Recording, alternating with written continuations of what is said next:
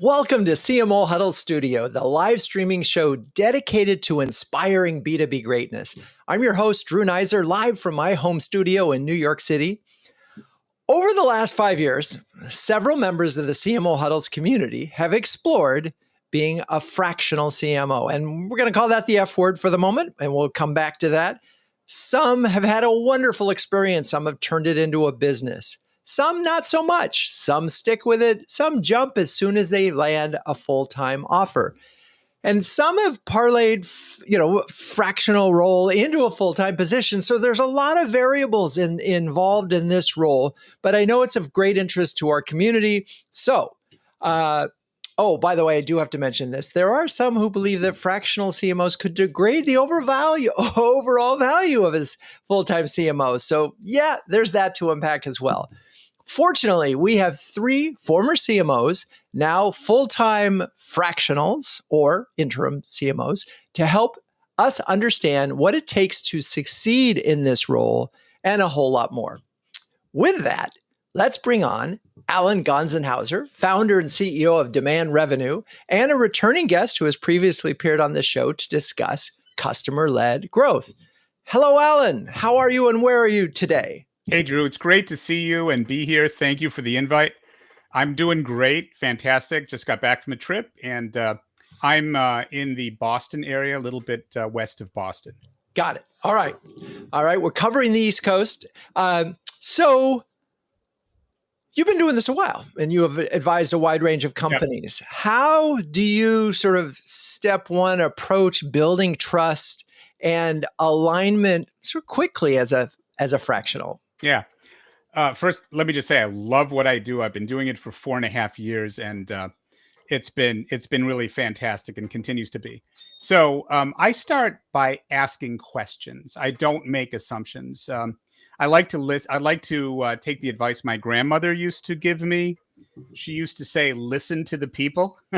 So I start by asking a lot of questions and interview folks, all of the marketing folks, but also the board, the C-suite. I speak to each of the C-suite members because when I come on as an interim or sometimes fractional, I join the ELT. And so I ask them, what are the successes? What are they most proud of? And what are the gaps? What gaps do you see in the business? And with each person, whether they're in marketing or the board or the C-suite, I give them 3 magic wishes. If they could change anything, what would they be? And I usually take about a month to do that because I don't want to come on like a ton of bricks, like, hey, look, I know everything. I'm going to make a lot of changes. I want to listen to people first and see what they're proud of and see what the gaps are. So, with that process, I really learn a lot, and that helps me form what I do next. And do you think so? It's interesting because that could have been the same formula that you used as a full-time CMO. Yeah. Is there anything different about that process or the mentality? Because part of it is if you are a full-time and you're an employee, there's the good news is I know I'm going to be around with you for a while. Yeah.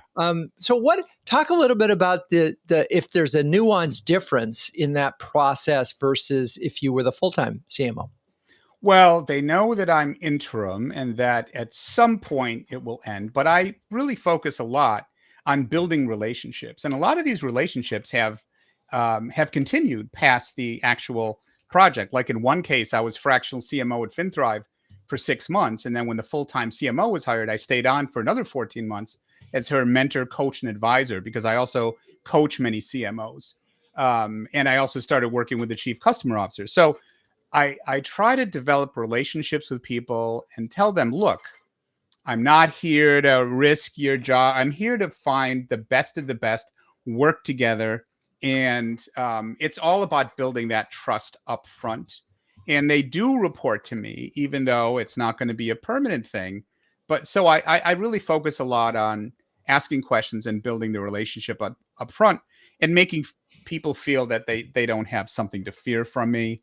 And then I can help mentor them and move them to the next level as well. And that's worked really well across many engagements so far. No, and I can see it. And you sort of turn this sort of negative in somewhat that you're going to go away. Is that, well, I have a way of sticking around. So yeah. that part is good. And I'm here to help you grow in your career. Exactly. So Are there types of companies that you've noticed that tend to be the best fit? And we should focus on you because I know you have a narrow. There's, you tend to work with PE firms, I right? do. And you sort of got that niche. And talk a little bit about why that niche seems to work really well for you. There are a lot of startup companies, but startup companies are a lot more price sensitive. And, I've worked at different size companies. I have worked at startup. I've worked at Fortune 100. I've worked at very large companies. I've worked at mid companies in different industries. And what I find is, private equity investors, although in upper mid market, so these are businesses probably over 150 million into the billions. They're not as many of them, but when they have a need, they have a lot of pain. They're not as price sensitive. They're very pain sensitive. So they want to fix some things that are going on, which either may involve mentoring and coaching the CMO or coming on as an interim / fractional CMO. I've, like, for example, with one very large private equity firm in the last 4.5 years, I've worked with 6 of their portfolio companies, and they co-invest with others. So I like working in that model. And the PE firms that I've worked with do care about brand, and they do care about customer-led growth, and they do care about, CMOs being someone that can convene people together and help them with their go-to-market alignment issues, which I find is an issue with a lot of companies. So if someone is just looking for demand and tactical assistance, and that's what they think of marketing, and I don't feel like they can really be educated on what marketing should be, I wouldn't take that role. So I've really enjoyed, partnering with the board, the PE firm, the CEOs, and the C-suite to help communicate what marketing really is, how holistic it is now, and it's not just a coin-operated demand engine. And and take their fear away from brand by explaining in financial terms what the advantage is. I just wanted, so for fractionals that are thinking about it, particularly if you're getting started, Alan and I have talked about this over the years about the business of expertise and the need for a Yes. horizontal and vertical focus. And the thing about, I'm just going to, sing your praises in this, is all of your content also relates to what it means to be a CMO at a PE firm. So Yes. it informs your website, it informs your content, it gives you ability to so you're the PE fractional guy. Yeah. And Or you interim. want to have, that's what a brand is. Yeah. And so it's really hard at first when you're starting an independent consulting practice to focus, but that is the definition of strategy. You got to say no. If you don't have anybody you say no to, then you do not have a strategy. So narrow down, pick a niche. Don't try to boil the ocean. Yep. Great point, Drew. Thank you. And by the way, and you get better at it each time. And there's certain things by the time you walk into your 7th PE, you say, okay, these are the 10 things I know about your business already without even. So and a lot of the same problems too. Right. I mean, one of the first questions I ask is to learn about churn. Is there a churn issue? How bad is the churn issue? What's your net revenue retention? Do you have an aligned view of your ideal customer profile? Is everybody on the same page? And I get a lot of that through the questioning. And I often find a lot of the same problems, especially if they've done a lot of mergers and acquisitions. They may have a lot of dirty data and a lot of tech debt.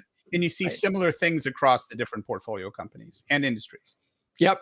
Well, David C. Baker calls that the ability to drop and give me 20, another 20 things that walking in the door. Anyway, all right, we now need to bring in Katrina Klier, who is the CEO of Sage Strategy Group and an industry expert who has graced our stage before to discuss many topics, including the CMO's path to the boardroom, content strategy, and relating marketing to your CEO and CFO. Hello, Katrina. Wonderful to see you again. Hi, Drew. Thank you so much for having me today. It's nice to be here. And how are you, and where are you dialing in from, Katrina? I am enjoying this beautiful late summer, early fall day in Metro New York City, and it is beautiful and sunny outside, and that's always a good start to the day. It is, and it's sunny in here too. I just want you to know, here we are on Restream, and we are sunny. So, okay. I'm curious, you heard what Alan had to say. And is there anything in those comments that you want to build upon or fervently disagree with? No, I mean, I think it makes a lot of sense, doing fractional work of whatever flavor, you're a fractional CMO, CFO, whatever it is, and interim and fractional are cousins of each other. The discovery and the things that you need to understand are really important to get right. And I would argue to a certain extent, it's not that different than if you had a regular operating job and jumped in full time. It's just that I think when you're fractional, you're moving faster because you're usually operating in a tighter time window, and you need clarity quickly. But oftentimes I found that when you're not a full-time employee, people tell you more. Well, that's another thing I was wondering about. You probably get more honest answers and confidential stuff because they know you're going to be gone. So I can tell her because it won't be a problem. And I think that's really another interesting part. It's sort of you are the expert with the briefcase from out of town, as the old, cliche goes. But there is something to the consultant notion of coming in, getting maybe more raw information. Yeah, I think they usually are like, okay, this person is here to help us do whatever. And sometimes the help us figure out what that is that we need to do. And so I think they view, when you come in this capacity, you're often viewed by the rest of the executive team, not always, but oftentimes as, okay, this person is here to help and here to make sure that we get where we want to go in an efficient and quick manner. And I think they size you up differently than when you're a full-time employee. When you're a full-time employee, you're getting sized up politically first, usually, and then capability-wise second. Can I say that out loud? That probably wasn't a very diplomatic thing to say, but fine. It's all good here. I'm sure none of your customers are listening. We're fine. But I'm curious. So it's interesting because you talked a little bit about trying to figure out what the priorities here. And it is a little bit different if you're full-time because you've got 3 months, 6 months, 9 months. You can talk about that. You've got 1 year, 2 year, 3 years, and you can start to build horizons and align actions with, we're going to get this far in this time frame. How do you sort of, and I imagine it varies, but sort of get to some prioritization so when you step in that role, it's clear we're going to do this. Mm-hmm. Well, I think it varies by client and by company, right? Because sometimes the CEO and the board and the executive team are very clear about what they need to do. Like they're very clear about, we got to this amount of revenue. We know our marketing foundation isn't going to scale past this. We need the foundation to scale. They're very clear about that sometimes. Oftentimes they are less clear. They might know they need to scale. They don't really know what that means necessarily because they haven't had someone like me or Alan or Marshall come in and help them figure that out. So oftentimes they need someone to help clarify it for them. And so asking those bigger questions to make sure you understand the business strategy, but then also the conversations around that strategy that are going on. So I always ask things like, tell me about your last board meeting and what questions around go-to-market came up that you wish you'd had a better answer for, and what were they? And I think that's an important one. Another one is really understanding the growth targets that are on the table, and any other financial target that's on the table. So maybe it's, we're going to grow, but we know our margins are going to take a hit. May not be negative, but take a hit for the next 2-3 quarters because we need to hit this number. And then we need to continue to grow, but we need to hit the EBITDA number without fail exactly as it intends to grow. You need to really understand those financial metrics because your marketing strategy needs to fuel those. And if you don't understand them, you can do a lot of things, but you won't be able to tie it back to that strategy. So you need to get clear on those things, like what commitments have been made to the board, to investors. Also, are there any big things hanging out there that you just need to know about? Is there a big tech change? Like you're going to clear out a whole bunch of tech debt, as an example, if you're a tech company. Or are you in the middle of a rebrand that somehow nobody mentioned for them? Right. I mean, things happen, right? Or they assume it's going to be okay and they don't always bring it up, but just getting clarity on all those different things. But specifically the financial metrics of where is the company planning to be, so that you can build the strategy to get there. And then you can anchor the strategy, anchor the asks, anchor the resourcing back to, this is how we're going to get to these metrics. That's super important. And I'm always surprised how many people skip that part. Yeah, no, I love the question about the last board meeting. I want to sort of help in relatively quickly. So I've seen this happen more often than I can sort of live with, which is somebody in the board or the CEO says, we're going to grow 25% next year. It's a completely arbitrary number. You grew 9% the year before. Mm-hmm. Nothing is changing from an infrastructure standpoint. Nothing is changing from a budget. It's just this goal is 25%. And I wonder, as an interim, because you can look at the numbers and people can create a spreadsheet that say, oh, we're going to acquire this number of customers and we're going to get them in. But that's not reality. That's just a spreadsheet. Mm-hmm. How have you sort of dealt with that? And as an interim, do you get to push back more on things like that?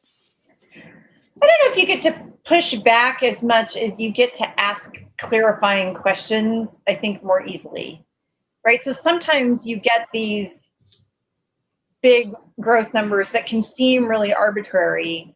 And you got to know your homework, right? To be able to say, okay, you want to grow 25%. Last year we grew 9. The market's growing at 12. Right. We were under market last year, so get the need to accelerate. So if you want to grow 2x the market with a flat investment, then tell me about your inorganic growth strategy, because you're going to buy something, because that's the only way you're going to get to that number. And so you can, maybe a little more diplomatically than that, but you can ask about the mix of inorganic growth, so acquisitions and partnerships, and organic growth, because there's more than one way you can get to a growth number. It isn't necessarily all organic growth. Right. Okay. And most companies have an acquisition strategy, or they're looking to sell or something. I mean, there's always something going on in that world. So asking but you can ask the clarifying questions, and I found most people are happy to have that conversation. Occasionally you'll bump into the person that's like, I just don't think marketing's been efficient, and I think we should be able to grow this, but we haven't had an ability to do that. But then you just have to unpack that more. Like, okay, well, tell me more about that. How did you get to that conclusion? And what led you to believe that? And have you seen other companies in this space cross that hurdle? And what do we know about them? And you just got to kind of precision question in a diplomatic way, because there's things in there you're going to need to know. So, right. Okay. Got it. I just have to say this for the record: growth is not a strategy. Okay. With that, I want to welcome Marshall Poindexter, Fractional CMO and Head of Client Success at yourCMO, who has previously joined us on the show to discuss many topics, including B2B brand values, sales and marketing alignment, and B2B rebranding. Hello, Marshall. Welcome back. How are you and where are you this wonderful day? I am outstanding, Drew. Thanks so much for having me today. And I'm working out of my home in the greater Milwaukee, Wisconsin area. Got it. Okay. Well, you heard both Alan and Katrina, and I'm wondering if that sparked any thoughts on your side. Yeah, I want to actually bring up 2 topics to add to their excellent comments.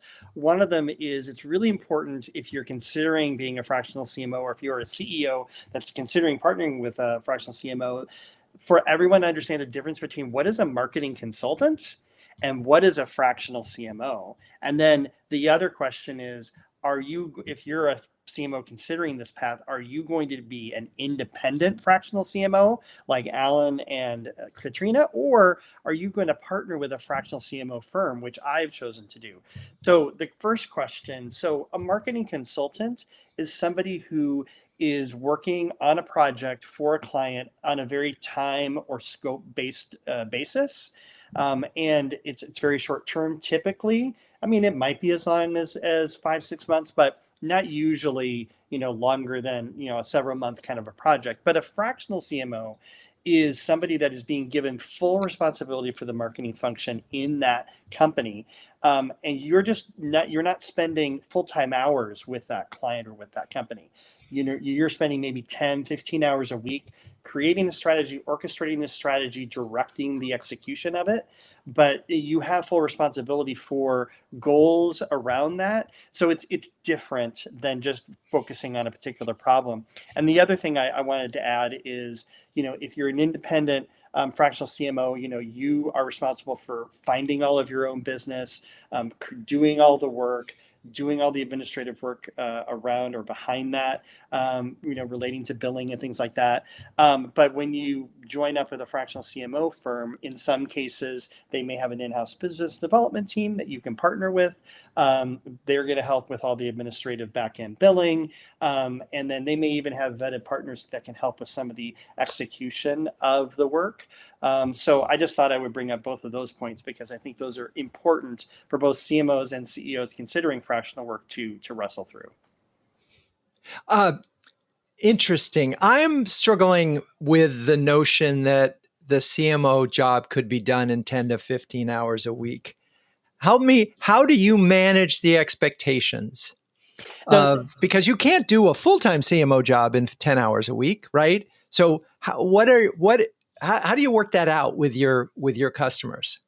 It's a great question. And so it's really critical to have process and focus, and to have execution resources in the client company. So what that means is there may be, mid to low level, marketing folks within that company, maybe a marketing coordinator, maybe a mid-level marketing manager, maybe some marketing specialists who they don't have somebody who has senior expertise to guide and lead them in the strategy and in the execution. So maybe there's in-house resources, or maybe that company has, an agency or agencies that actually will do the execution work.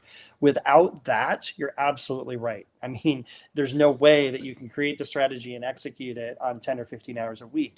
But if you're creating the strategy, if you're following a process, yourCMO, who I partner with, follows the EOS or Entrepreneurial Operating System process. So it's very modular, it's very adaptive, and very process oriented in terms of setting high level goals, doing 90-day sprints in service of those goals, retiring rocks in service of those goals, and figuring out all of the key metrics up front and the scorecards up front that you're going to be measured against, and how you'll show the client that you're making progress. If you don't have that, you can't do it in the 10 to 15 hours a week. But if you're going to be a fractional serving multiple clients, you have to rationalize the time that you're going to spend with each of them. So that's how it can get done. That's how I get it done. That's how my peers get it done, and serve multiple clients fractionally at the same time.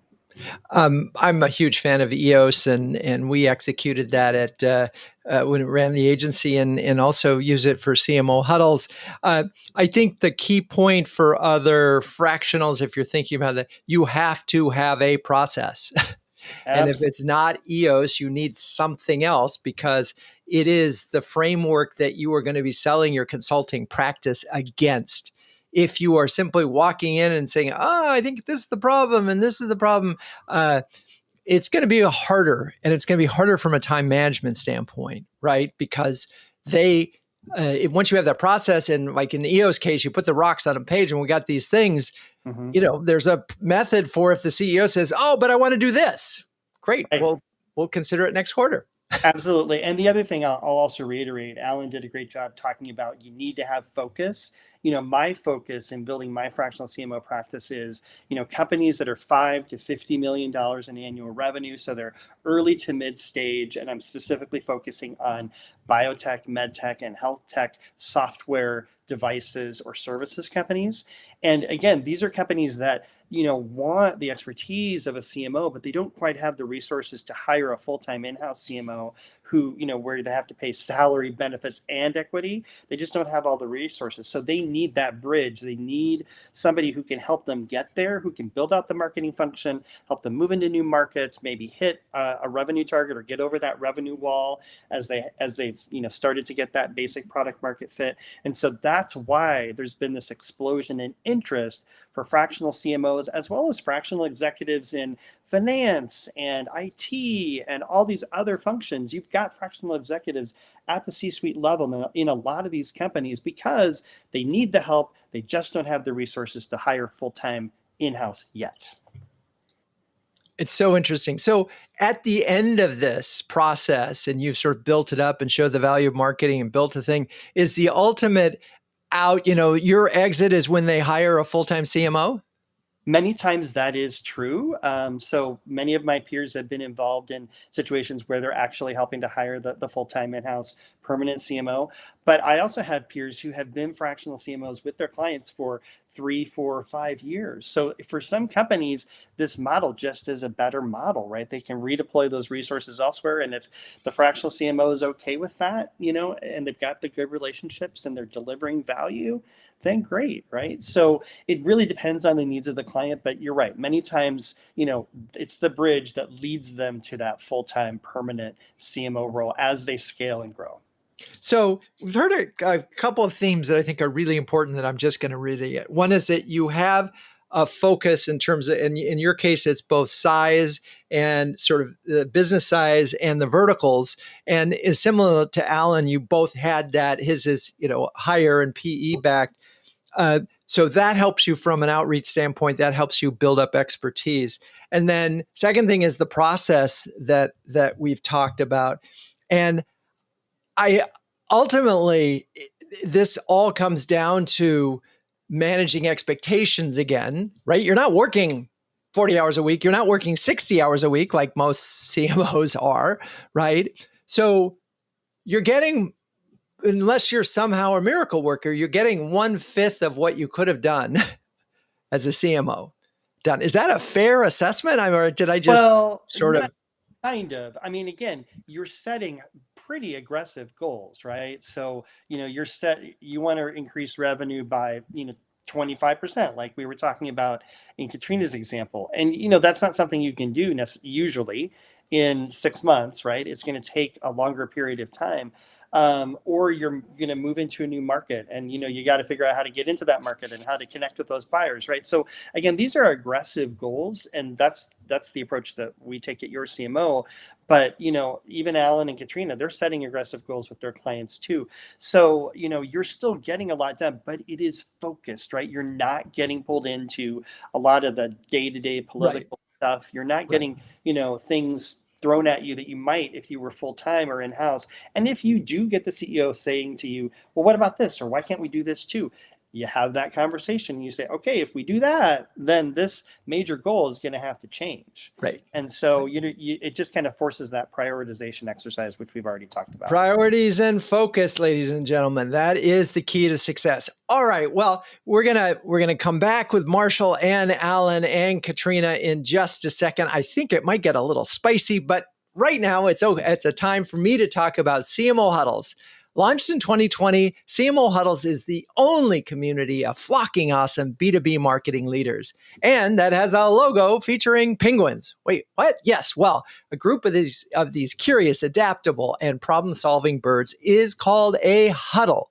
And the leaders in the CMO Huddles are all that and more, huddling together to conquer the toughest job in the C-suite. There's a pun in there.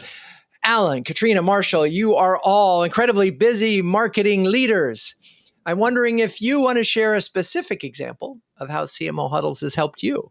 So I can actually share the example that with these two folks right here, Katrina and Alan, they become good friends. We have built friendships and relationships because we met in huddles, and we have been able to, help each other. They've helped me. We've dialogued about challenges. I've gotten advice from both of them in different ways, and I would not have had those relationships if I hadn't met them through huddles. And the value that they provided to me, both as a friend and as a colleague, is incalculable. I mean, I would have had to probably pay thousands of dollars to consultants to get the great advice I've gotten learn from them. I love it. All right. Alan, Katrina, anything to add? It's, for me, I totally agree with what Marshall just said. And it's a wonderful community. And, in these communities, I don't look so much what I get out of it. I love to pay it forward. I love to help people. And I've had an opportunity to meet with a bunch of folks that come to me for advice, whether it's fractional or private equity or something else. And I just love the ability to kind of pay it forward and help people along with their journey or the challenges and the problems they're trying to deal with. And this is a wonderful community for that. We really appreciate that you do that. It's inspired another program that we're launching very soon, a mentoring program where 3-4 times CMOs are going to be helping out first timers. So, Alan, thank you for your work there. Katrina. What I've loved about Huddles is so I've been a member of the community as like a public company CMO, and then also as like leaned into being a fractional CMO. And it's been equally valuable in both cases. I think just the wealth of knowledge, the depth of expertise of the members on so many different things. I mean, Al and I have had conversations on pricing and positioning. Marshall and I have had lots of conversations around how do I set up a fractional business? Like, what do I need to think about? Like, who else should we talk to? I've had countless conversations when I was in my public company role with people around, can somebody poke holes in this team structure? Does anybody know a vendor who can solve this problem? Hey, I need to hire a rock star to head product marketing. Who knows somebody? Like, all of those things. It's kind of like your best friend, mentor, advisor, board of directors on-call group, and they're amazing. So I love it. Well, thank you. Thank the three of you. If you're a B2B marketing leader who wants to build a stronger peer network, gain recognition as a thought leader by being on a show like this, and get your very own stress penguin, join us at CMOHuddles.com. Okay, we have a question from the audience. We need to answer this. As a fractional CMO, any tips on how to be successful without making it full time? And I know, Marshall, you and I talked about that, but what's the trick there, Alan? How do we manage that? I would say set expectations at the beginning, especially if you have multiple clients. Say, look, for me, it depends if you're doing fractional or interim. I do a lot of interim where it's 3 to 4 days a week. But if you're fractional and you have multiple clients, what I try to tell them is, look, Tuesday is going to be your day. Doesn't mean we won't talk on other days, but let's try to set up all the meetings on Tuesdays and Wednesdays. So you can kind of carve out your time. You will, sometimes have, other things. Maybe there's a board meeting or an ELT meeting or something like that. But I try to coordinate the timing up front, especially if you're going to be involved in multiple engagements. In my case, I would say, I don't know how I describe myself because I'm an interim, I'm a fractional, I coach CMOs, and sometimes I do projects for my clients. So I'm kind of and sometimes due diligence. So it's a combination of those things. But if it's less than 3 to 4 days a week, I try to carve off specific time periods. And you can do that. People are pretty reasonable. And Lynn Capozzi, thank you. Nice to see you. One of our early huddlers. Thank you for that question. I hope that answered it. If it didn't, hit us with another one. Can I chime in on that one too? Please. Okay. I think it's important if you're considering being a fractional CMO that you do a little personal soul searching, because it's not a model that's really for everybody, quite honestly. It can sound exciting, but I think you'll be successful as a fractional CMO and or a consultant if you're somebody who is self-motivated, who's a self-starter, who can really manage your time across projects well on your own. Right? If you're somebody who is a CMO, you've got 10, 12 big projects going, plus managing a team, and like you're in the zone. Like you're okay with that. Like you can make it all happen. Then you're probably going to be more successful as a fractional CMO. And if you're someone who can time box and say, I need to get these things done in this allocated calendar time, and if that's like there's other things besides time boxing, but that's a more common one. I've used that a lot. If you're good with that, then fractional CMO can be something that I think you might want to explore. The other thing is, I think a lot of us, at least all three of us, do a mix of fractional or interim CMO. We do some project-based work and we do some paid coaching and mentoring. And if you like that mix, then being a fractional CMO is nice, because you can mix it up in a way that works for you and balance your client load so that you don't feel like you're working 5 full-time jobs. So I want to go back to the spicy part of this thing and just throw this thing down there, because I can't help it. And you guys are really smart and you've been doing this for a while. So if the notion of fractional or interim actually became dominant, what it might say to the marketplace is, oh, you don't need a full-time person. You could do this in 10 to 15 hours a week. And we know that's lunacy, right? I mean, you cannot run, or correct me if I'm wrong, you cannot run a marketing department of and I'll hit you on this, Alan, of if $50 million company, $150 million company with multiple staff, and build a team and build out the process and integrate with sales and do all the things that we know that full-time CMOs do.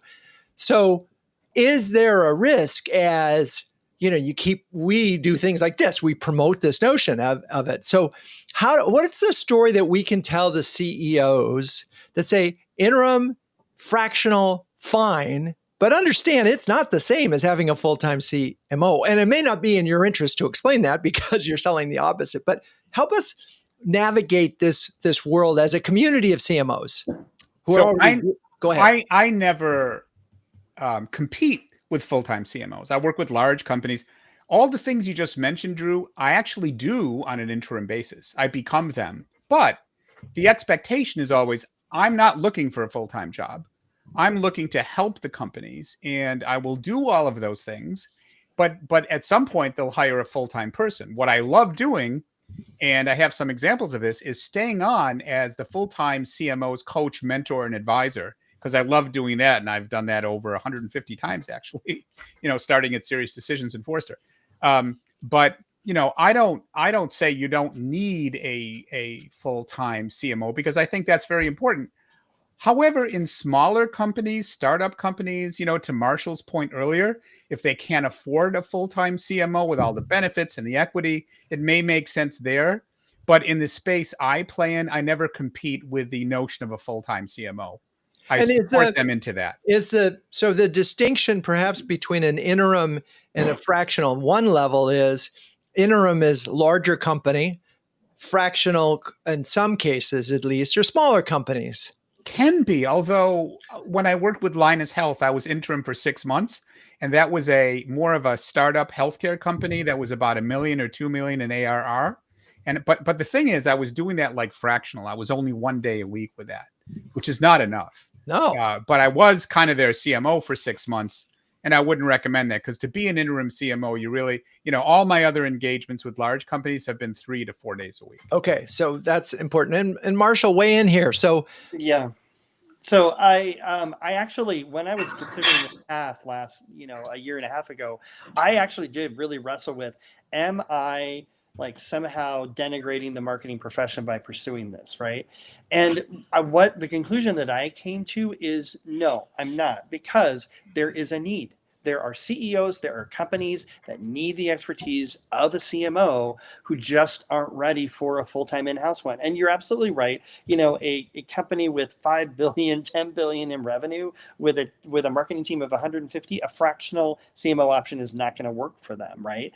But for companies that want to scale, want to grow, want to eventually get to that point where they're the $5 billion company, they need a CMO with the expertise and experience to lead them to that, and bridge that gap. And so I am providing a service that is valuable. Otherwise, Alan, Katrina, and I wouldn't, have any work to do, or our fractional CMO friends wouldn't have any work to do, but we do, because there's a need. And it's not just CMOs, like I said, it's other fractional executives too. There are needs for them. So the world has changed. This model is in demand.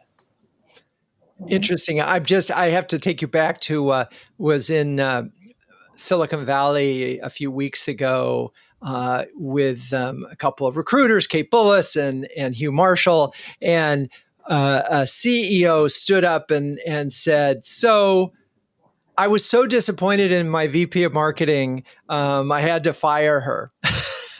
and, and, we all asked her a bunch of questions, and ultimately we got to the point was she really wasn't ready for a CMO, and a fractional might have been a perfect thing for her to help guide her.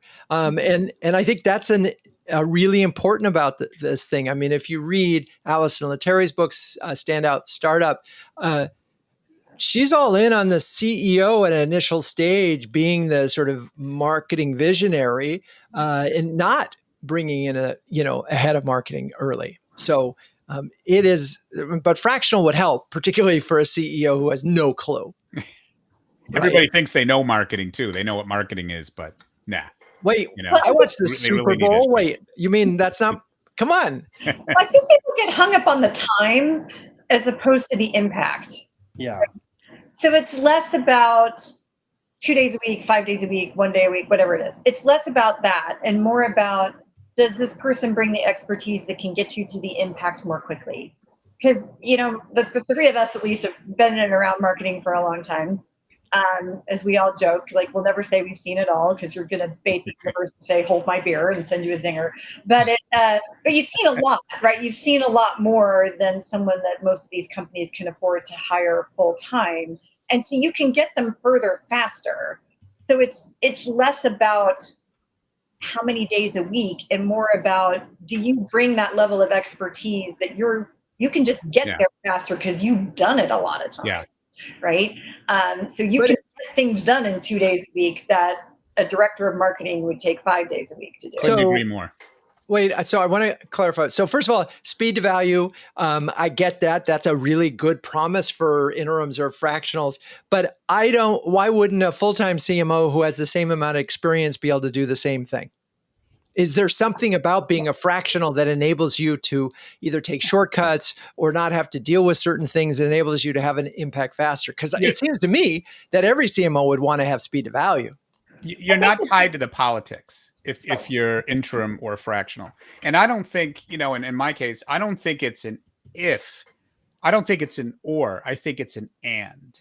I think it's, how can an interim CMO, especially when there's a gap in leadership and you don't have a CMO in a full-time CMO in place. And I'll get into these situations a lot. It may take 6 to 9 months to find the right full-time CMO. They don't want marketing to stop during that period. So you can provide the continuity. And then once the full-time CMO starts, you can work with that individual to help them be successful.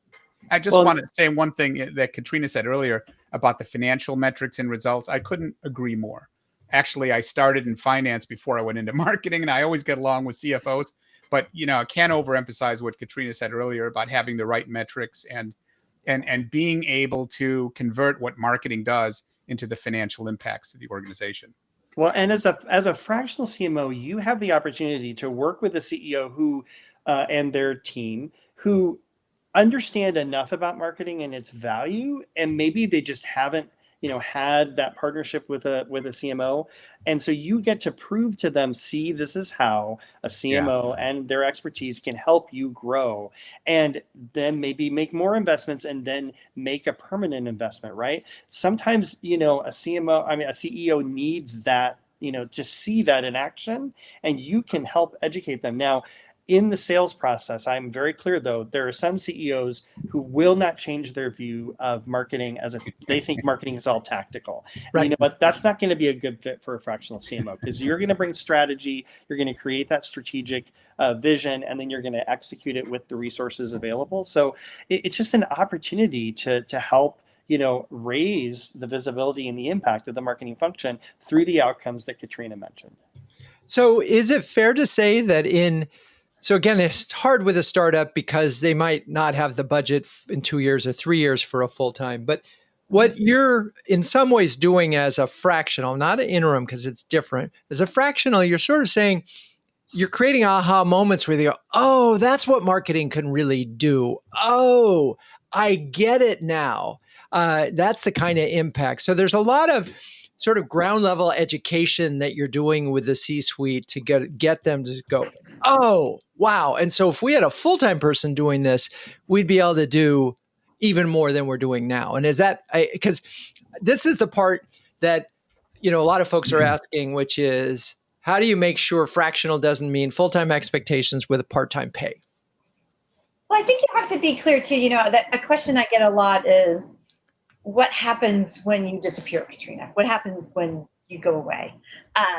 And so you have to provide this off ramp for your client in a way that's meaningful to them and that doesn't create a big speed bump and everything you just worked so hard to help get them to. Right. And so I think all three of us have kind of productized, if you will, what we do slightly differently, but with a similar theme of like, you kind of step down the work that you do. Like I go in, like do an assessment, build your foundation, get it all humming, get the pieces together. That's kind of phase one. Phase two, now I'm going to help you bring in a more senior person to lead this team. We're going to get it running. We're going to make it work. We're going to build out the right talent. We're going to get it really rolling. We're going to get the metrics zooming. And then step three is like, I'm going to take a step back into, like Alan said, more of like that mentor type role. I'm still here because that leader, it's a lonely job when you run a marketing function if you've not done it a lot of times, because you don't have people to talk to really internally about stuff.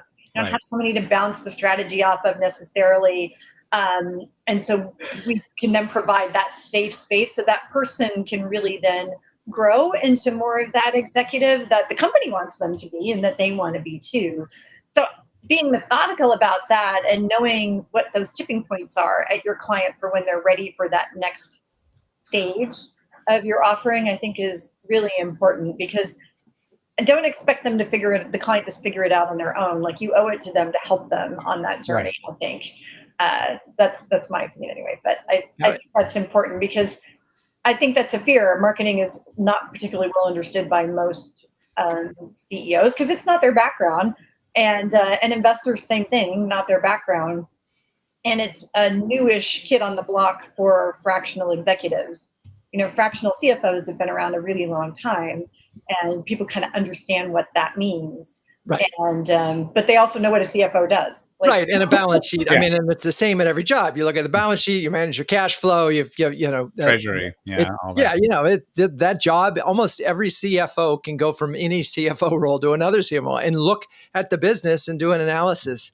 Not the same for CMOs. So we're getting close to the end, but there's a few quick things that, if you were to look at your last 3 or 4 engagements, just on average, how long were they?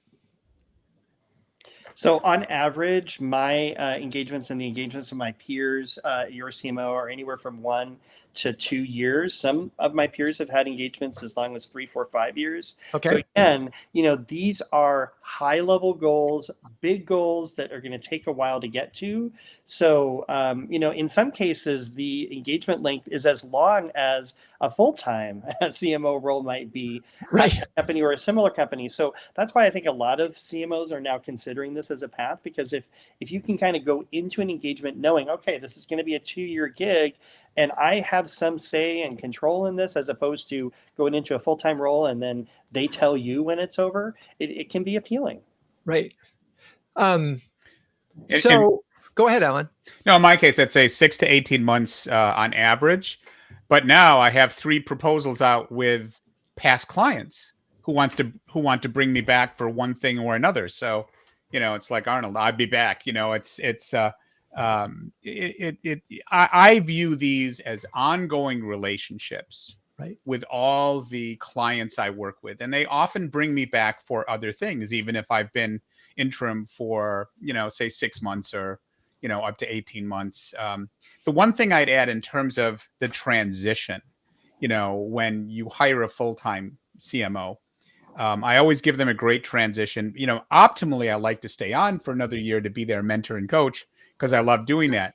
But sometimes when the new CMO starts, they may not have the confidence to have someone that's been in the whole infrastructure. So it really depends on the individual. I like to encourage that, but not everyone is comfortable with that. So it really depends. It's really kind of situational, right, if that makes sense. It does. Okay, we have one question we're going to try to answer before we get final words of wisdom. This is, how are you managing questions, expectations around implementing AI and being seen as BG, as in before generative, versus AG, after generative marketing leader?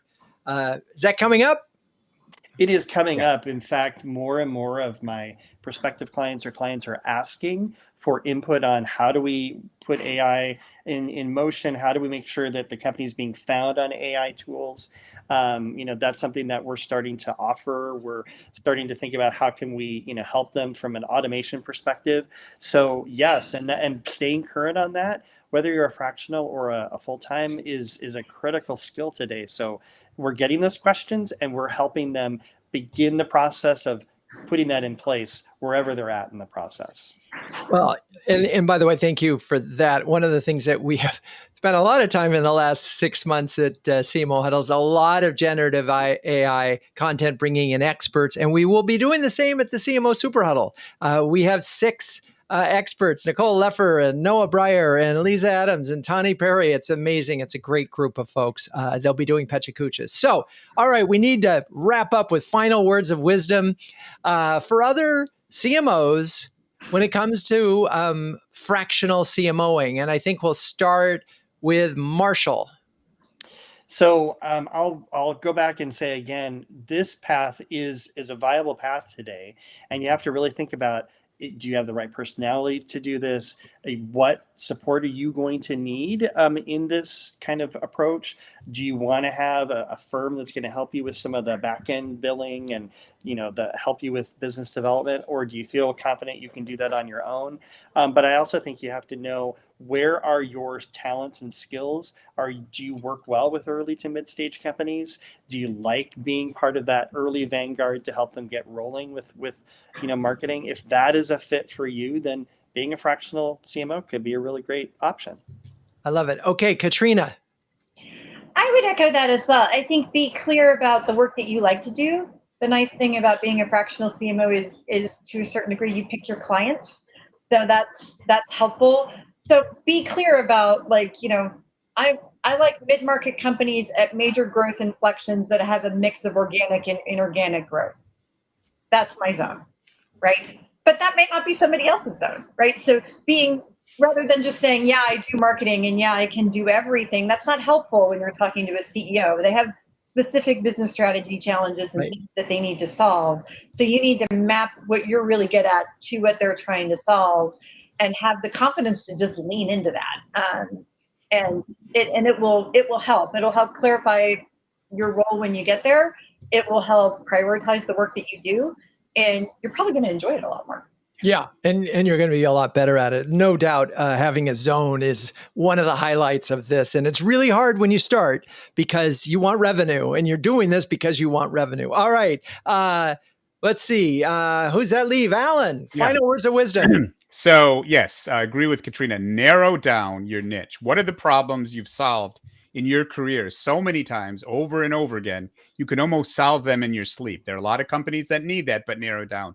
And I'll just say, it's the best thing that happened to me. I love what I do. And decide what you want to do when you grow up. Do you want to keep full-time roles, or do you want to build your own business? But I found building your own business is wonderful. It's very, very lucrative. It gives you a lot more flexibility, and you really can help organizations grow and get a lot of variety. So if you think it's right for you, it's a fantastic place to be. Yeah. And you really are running your own business. And I think that's an important part of that. That means you are both, chief sales and marketing officer. The niche, I can't emphasize enough how that niche and your focus or zone allows you to focus your website, focus your content, focus your discovery process. So ultimately, you are the expert. And when you are the expert who can walk in day one and help them, as Katrina talked about, really get somewhere fast, the value will be obvious, and you'll be able to get more business. And the other thing is, as your expertise grows, your rates can grow. But the more things right? And that's really important in this thing, because what happens when you have 4 clients, you don't have time. Here's what you do. You raise your rates, and then you'll have 3, but you'll be making more money. All right. Well, thank you, Alan, Katrina, Marshall. You're all great sports. Thank you, audience, for staying with us. Please join us in 2 weeks when we'll be talking about growing high-performing teams with Amy King, Dan Loudon, and Marnie Puente. Cue the music. CMO Huddles Studio is produced by Melissa Caffrey. Our production assistants are Laura Parkin and Ishar Cuevas. If you'd like to learn more about CMO Huddles, please visit CMOHuddles.com. I'm your host, Drew Neiser, and until next time, keep on sharing, caring, and daring each other to